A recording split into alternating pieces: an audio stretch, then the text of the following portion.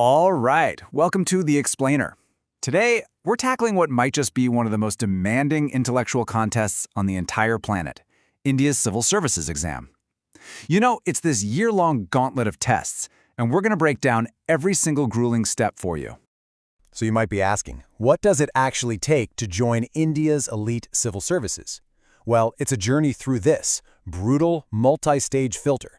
It's designed to weed out literally hundreds of thousands of people, all to find just a handful of the country's future leaders.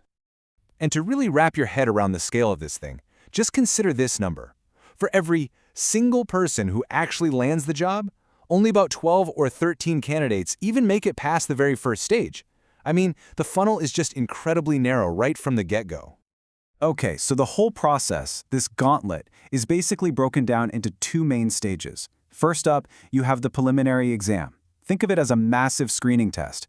If you survive that, you get to face the main exam, which is this whole other beast, a combo of intense written tests and then a final, super high-stakes interview. All right, let's dive right into stage one, the preliminary exam.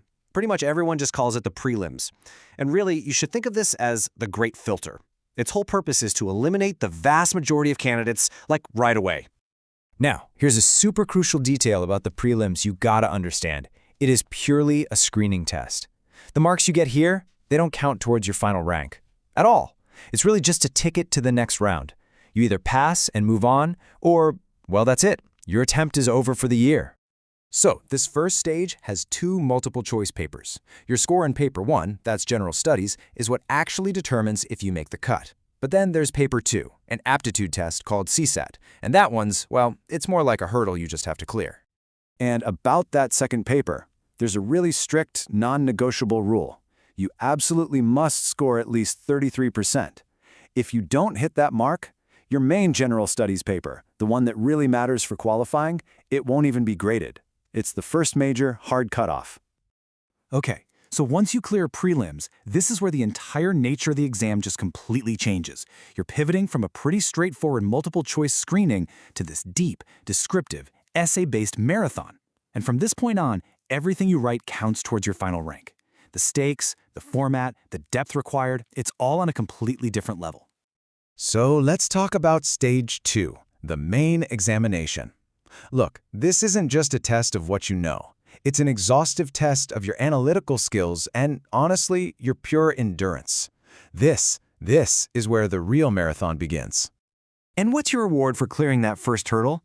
Well, you get to face 9 separate essay-style papers. Yeah, 9. This whole phase is designed to test the absolute depth and breadth of your knowledge, and it's usually spread over 5 incredibly grueling days. But wait, not all 9 of these papers are created equal. The first 2, one on an Indian language and one on English, are just qualifying. So you have to pass them, but they don't actually affect your rank. The real competition, where the marks really matter, lies in the other 7 papers. That's 1 essay, 4 massive general studies papers, and 2 on an optional subject that you get to choose yourself. And the sheer scope of the syllabus, honestly, it's staggering. Let's take the first general studies paper, GS1. This thing lays the foundation. It covers India's history and culture, world history, and the very fabric of Indian society. Next up, you've got GS2. This paper really examines the machinery of the state itself. We're talking about the Constitution, how the government functions, social justice, and India's role on the global stage. Then GS3 dives into all the modern challenges. This is where you get into the Indian economy and budgeting, science and tech, environmental crises, disaster management, and even internal security threats. And finally, there's GS4, and this one is completely different from the rest. It focuses entirely on ethics. It uses these really complex case studies to test your moral compass and your ability to make decisions under pressure. It's less about what you know and more about who you are. So, imagine you've made it through that absolute marathon of written exams. You've reached the final hurdle, the personality test.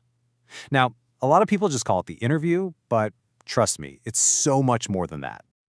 You know, the official notification for the exam puts it perfectly. The goal, and I'm quoting here, is to assess the personal suitability of the candidate for a career in public service. The board is looking way beyond your book smarts. They're trying to judge your character, your social traits, your mental alertness, your integrity. And it's really important to get this.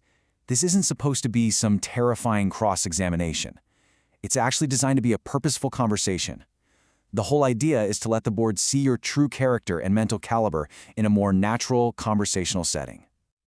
Okay, so after all of that, the screening, the written marathon, the personality test, how does it all come together? How is the final rank actually calculated? I mean, where does the weight really lie? Well, you can see right here that the final calculation is heavily weighted towards the written exam. Those 7 papers that count for merit, they make up a massive 1,750 marks. The interview, while it's absolutely critical for getting selected, accounts for the other 275 marks. So everything comes down to your score out of a grand total of 2,025 marks. That single number, the sum of your written performance and your interview, determines it all. It decides whether you get in and which of those prestigious services you'll end up joining. And there you have it. That is the architecture of the gauntlet.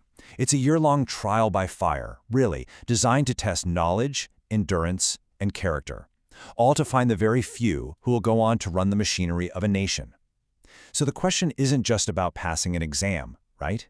It's about who really has what it takes to survive the entire journey,